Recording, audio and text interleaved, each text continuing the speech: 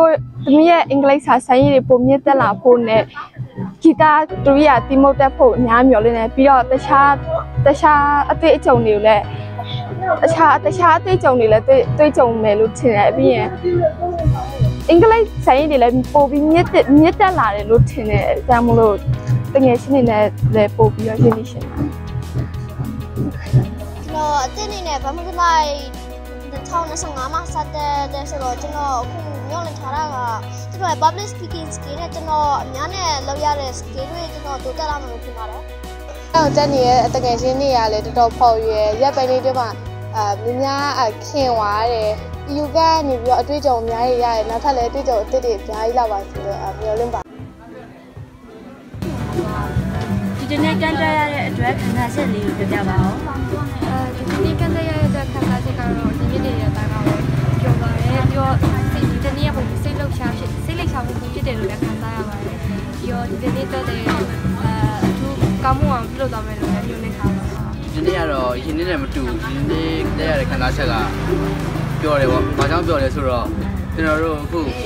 ဖွဲဝင်တည်မမတက်တီရောမမဟောင်းနေရောအားလုံးကအတူတူဆရာထက်တန်မှုပြီးနေကြိုးစားနေတဲ့အရာတွေကိုမြင်ဘာတွေကြိုးစားနေတယ်ဆိုတော့ကျွန်တော်တို့လူစမာအစတူမန်တွေအကုန်လုံးဒိန်လူတီးခတ်နေရတော့တွေ့တော့ကျွန်တော်လည်း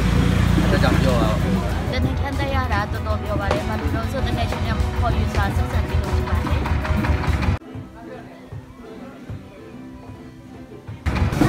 ဒီနေ့ကန်နဲ့အရင်နေ့ကန်နေတဲ့ခွာချက်လေးပြောပြပါ